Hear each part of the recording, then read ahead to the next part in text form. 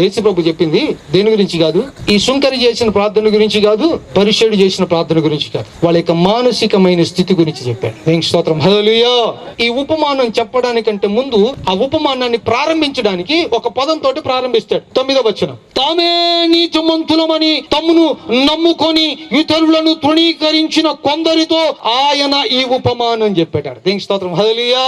ఎవరితోటి? తామే నీతిమంతులమని అనుకొని బతికే వాళ్ళతో చెప్పాడు యేసు ప్రభు ఉపమానం.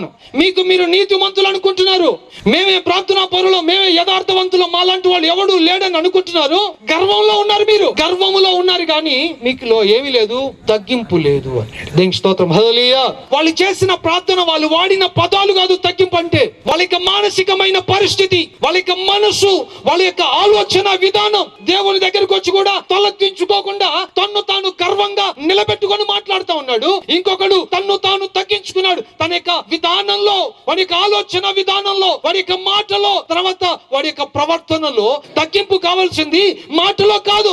తగ్గింపు ఉండాల్సింది మన ప్రవర్తనలో ఉండాలి. తగ్గింపు ఉండాల్సింది మన యొక్క మానసికమైన పరిస్థితిలో ఉండాలి. తగ్గింపు అనేది మన మనస్సులో నుంచి రావాలి.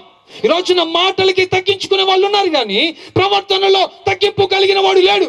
దేవుడు అందుకని అన్నాడు, నిన్ను నువ్వు తగ్గించుకో అంటే, అయ్యా నేను పాపిని ఒప్పుకోవడం కాదు. పాపివైతే సచ్చినట్టు ఒప్పుకోవాలి. ఎవడి కోసం? నిన్ను పాపం చేసి ఒప్పుకోమని చెప్తున్నాడు దేవుడు. నువ్వు పాపివి కాబట్టి ఒప్పుకుంటున్నావు.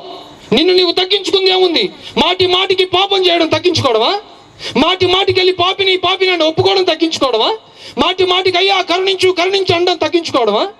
మనకు అలవాటు అయిపోయింది తగ్గింపు అనంగంలోనే, అయ్యా నేను పాపిని, నేను పురుగుని, నేను చెప్పుని, రక్కని.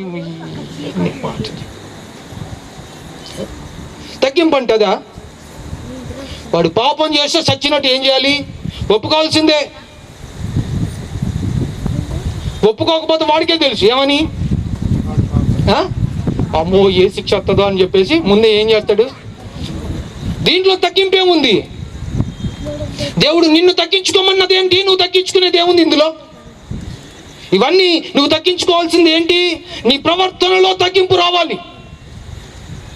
నీ ప్రవర్తనలో ఎప్పుడైతే తగ్గింపు వస్తుందో ఆ రోజు నిజంగా నిన్ను నువ్వు తగ్గించుకున్నావనడానికి ఒక అవకాశం అనేది ఉంటుంది. దేవునికి స్తోత్రం, హల్లెలూయా.